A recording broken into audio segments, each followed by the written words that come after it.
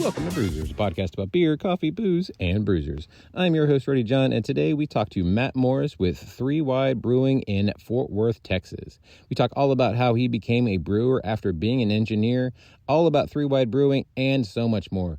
I've been wanting to talk to these guys for a little bit. They just opened up this year, and they are absolutely phenomenal. The place is huge. Their beer is amazing. They have so many on tap, as we'll get into in a second.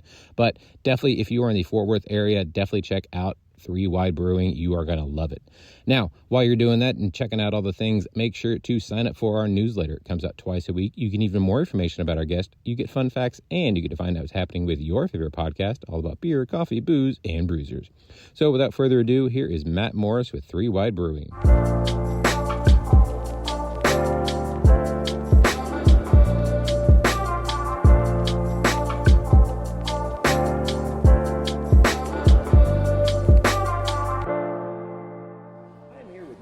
With Three Wide Brewing. How are you doing today, sir? Oh, I'm doing great. So, we're here on site at Three Wide. This place is absolutely beautiful. You guys opened up in what, March? March 2nd. Yeah. That's right. And so how did you guys find this location in Fort Worth? Because I feel like the north part of Fort Worth has kind of been like, that's Mid-Cities area, or that's whatever. Mm-hmm. There's been kind of no representation when it comes to beer in here. So how did you guys kind of find this place? Yeah, that's true. So originally, my first brewery was Rabbit Hole Brewing up in Justin. Get into that, yeah, that's just north of here. And at the time, we were in the process of closing that down. We met some folks that were in the process of building this business park that we're sitting in here. Oh, okay. And they wanted to have a brewery as part of it. Yeah. So that's kind of how they already had the land. They already had the position, so it wasn't that they were looking to specifically put a brewery here. Right. They were looking to put a distribution company here in the middle of all these other distribution companies, right. which is a good place for that. But they were also interested in building a brewery. Gotcha. And so it just kind of it fell together. Right. And there was some concern. Okay, well, does it make sense to put a brewery in the middle of a distribution area? Right, much warehouse. But then if you look around, it's like, well, a lot of breweries are that way, because when it comes right down to it, we are a manufacturing company. It's true. We do have a really nice tasting room and tap room and restaurant and such, but that's not what we are. Right. We're a manufacturing facility, and so putting it in a manufacturing area, it actually makes a lot more sense than trying to put a large-scale manufacturing facility in the middle of a retail area, right, where you can't find that much space, or if you do, it's prohibitively expensive. Right. Plus, you have to do way more construction on getting up to what a brewery needs to be, and all the, like you just said, the distribution part of it. Right. So yeah. Well, let's go all the way back in time first. What is your earliest memory of beer? Earliest memory of beer? Yeah. Like of any kind of any beer? Kind of beer. I would probably be when I was a kid. Yeah. When my dad was drinking. What was my dad drinking? Jeez, it was Falstaff, I think. Wow. I think if I remember right. I didn't know what it was at the time. He let me try it, and it was like, I didn't really care for it. Same. Now, my first memory of actually good beer. Right. Yeah. What was your gateway craft beer? Yeah, it was. I wouldn't really call it craft necessarily, but it was breaking away from the whole BMC thing. In college, I went to parties and they had Budweiser, and I just didn't get it. I didn't really understand why people liked this stuff. And then it was probably Shiner Bock was the first thing that was like, oh wait, this has like flavor and taste like something. Yeah. And so through college, that's what I would typically drink. And then it was probably shortly out of college that I discovered the Flying Saucer in Fort Worth. This was the old location. It was the old house. And now it's Benjamin.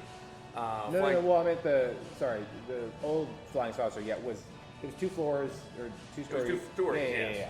Yeah, it kind of felt like a house. Yeah, the Gingerman was actually in a house. Gingerman was, I do miss that place too. Yeah, me too. Yeah.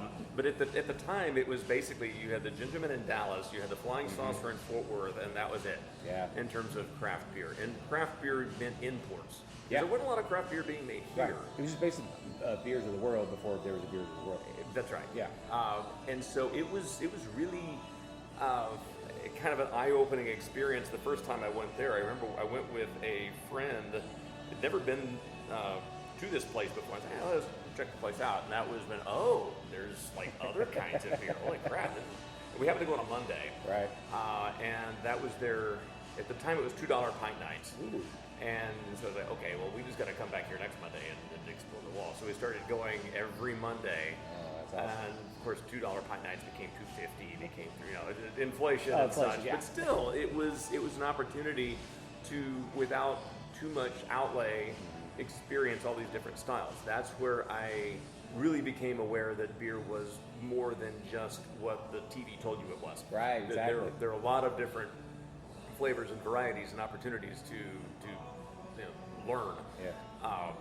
That would have been 96 or 97. Okay. Or so, right after it opened, basically. Right after. So that was opened. around the time that what was happening in Denver, Portland, like, the quote unquote now what we call craft beer, that scene was really starting to blow up, and you were be able to get some of those quote unquote crazy styles that you wouldn't get in America normally, but now everybody else does. This crazy new thing called Stone IPA.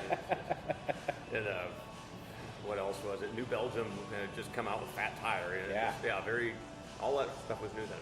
Right. Which I imagine, I didn't. So I was born in '83, so I wouldn't be able to actually fully drink and examine all that stuff till a decade later after you did. So you were kind of seeing it as it was starting to rise. How easy was it to get here in the Metroplex then? The beer? Yeah.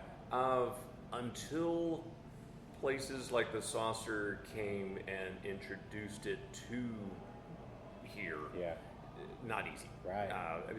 The distributors had it, but nobody was selling it. Nobody knew about it. Nobody was asking for it. They didn't really know what it was. I would go on trips and discover these beers in Denver and California and such. And a lot of them weren't distributed here. Right. They didn't even try to do it.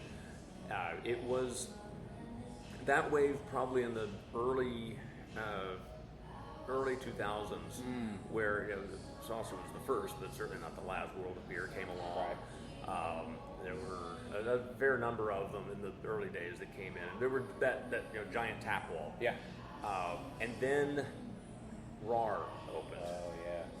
That was in 2004, and they were. It was an uphill climb for them for years. Yep. Trying to, because there weren't any of these places aside from a small handful that had more than 5-6 taps, and they had the same beer on all 6 taps, light and fizzy, light and fizzy, light and fizzy, light and fizzy. That's all that anybody ever wanted, because that's all that anybody even knew to ask for. Right. And so RAR's going in here with the enviable task of trying to convince bar managers that have never heard of craft beer, and likewise their customers have never asked for it, that you need to take a chance on this and put it on there and get people to try it. Yeah. And it took quite a while to start breaking those barriers down. Some of the large tap houses certainly did help. Yeah. At least give them an outlet so that those of us who enjoy and were learning about craft beer at the time, I didn't know anything about craft beer either. Of course. Until I started trying it, drinking it, and discovering more about it. Well, when did you make the leap to, okay, well, I enjoy this beer and I really love, learning about it and all the different styles, to I'm going to make it myself? Well, as most commercial brewers probably started home brewing, of course, originally, and that's how I started. And so forth. And what a lot of it was is, in spite of the fact that there were a lot of beers that were coming into this market that were becoming available that weren't before, there were also still a lot that were not. Right. A lot of the beers, I could only get it at the Flying Saucer or World of Beer. I couldn't get it to go because it just wasn't distributed that way. Yeah. Or I'd be traveling somewhere, and I remember I went to Germany and just having beers there that you just flat out couldn't get it here at all. Yeah. And so I finally decided, it was actually my friend Jeff and I had a mutual friend, Bruce, whose sister got him a homebrew kit for Christmas. That would have been in 2003. So in 2004, he invited us over. Hey, let's use this thing. And so we did it and tried our hand at brewing beer, and it didn't suck. It was okay. Yeah.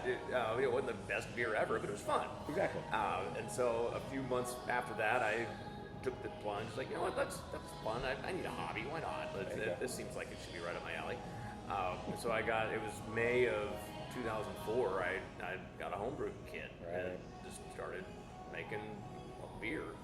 And then Jeff did it about a month after that, and we just got deeper and deeper into it. I figured it was going to be one of those, okay, well, we'll see how this hobby goes. Of course. And I don't have a lot of money sunk into it, so if it doesn't pan out, no big deal. Yeah. But it did. I didn't get tired of it. I've been doing it for years. Like, still interesting. Right. And so it just became more than a hobby. It became more of a I don't know what the word is exactly. Well, now it's a lifestyle for you. Yeah. It certainly is now. Yeah. Well, so, I mean, Three Wide Brewing obviously has its roots in Rabbit Hole Brewing. Can you tell us, I mean, you kind of already talked about how you ended up at this location, but how did Rabbit Hole start? And then, if you are comfortable talking about it, the ending into the beginning of this. Of course. Well, the Rabbit Hole started, I'd gotten my other friend Tom. Yeah. He was a home brewer back before I was even. Oh, wow. He'd fallen out of it, and after we met at our old job, he started doing it again. And so he and Jeff and I were frequently brewing together, and we would talk about this mythical brewery we're going to open someday, which is just kind of, you just sit there and daydream while you're waiting for your oil to finish or whatever. And there was one time we were over at Tom's house on his patio brewing a batch of beer and talking about this brewery we're going to open someday. And his wife comes out and says something to the effect of, just either do it or stop talking about it. I've heard that many times from people's wives. And I think she would have been okay with stop talking about it. Yeah. I think she would have been okay with that, but instead we just ended up doing it. Tom and I were both employed as engineers at the time, and then all of that was right up your alley anyway. Well, all of this equipment is, I probably do more actual engineering work as a brewer than I ever did employed as an engineer. But the other thing with engineering and technology is you've got a bit of a shelf life. After about 20 years or so, it's cheaper for the company to hire somebody fresh out of college that's up with the latest technology than keep paying you your inflated rate to relearn things that they already know. Right. That's just the nature of it, of technology is you either stagnate or you go into management. And I didn't want to do either one of those things. So we ended up taking the plunge. This would have been in 2011, 12 time frame. So right at the time where we're really getting into a big boom here in the North Texas market. We were seeing Petacolas was opening, Lakewood, Community, Deep Ellum, but all these companies right there in that early phase were opening, and it was clear that there was going to be a boom. And so we wanted to try to get in on that. And so also what you just mentioned, all of it was on the east side of the Metroplex. The west side, very little on the west. Yeah, there wasn't very much over here. Yeah, I think Martin House was opening up about the same time we were. But otherwise, no, there wasn't really anything over here. Yeah. And so we took the plunge. We did it in Justin, which is kind of out in the middle of nowhere. Even then, it was in the middle of nowhere. In a lot of people's perspective. Because at the time, it was not legal for a brewery to have a tasting room. Brew pubs weren't a thing yet. Yeah. You had to be a production brewery, and you had to give away your beer. The tours, yeah. So basically, it was a free beer. The tour was free. You could charge for the glass if you wanted a pint. Otherwise, you just got a little thimble of it to taste. And that was the model. Right. And it didn't make sense to build our business around the model of giving away free product. Right. What made more sense is to go where the land's cheap, and we figured Justin's a good distribution hub because it's right next to 114, 135. You can get to Dallas and Fort Worth really easily. Yeah. Then about a year after we opened, they changed the laws, and they made brew pubs a thing. Yeah. And that's when you really saw a whole bunch of them start opening it, because the brew pubs made it a lot easier to operate. Oh, without a doubt.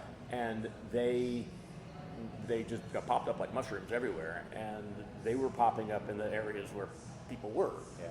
And we were not in a place where people were. And so it became more increasingly difficult to compete with all of the other folks that were out there.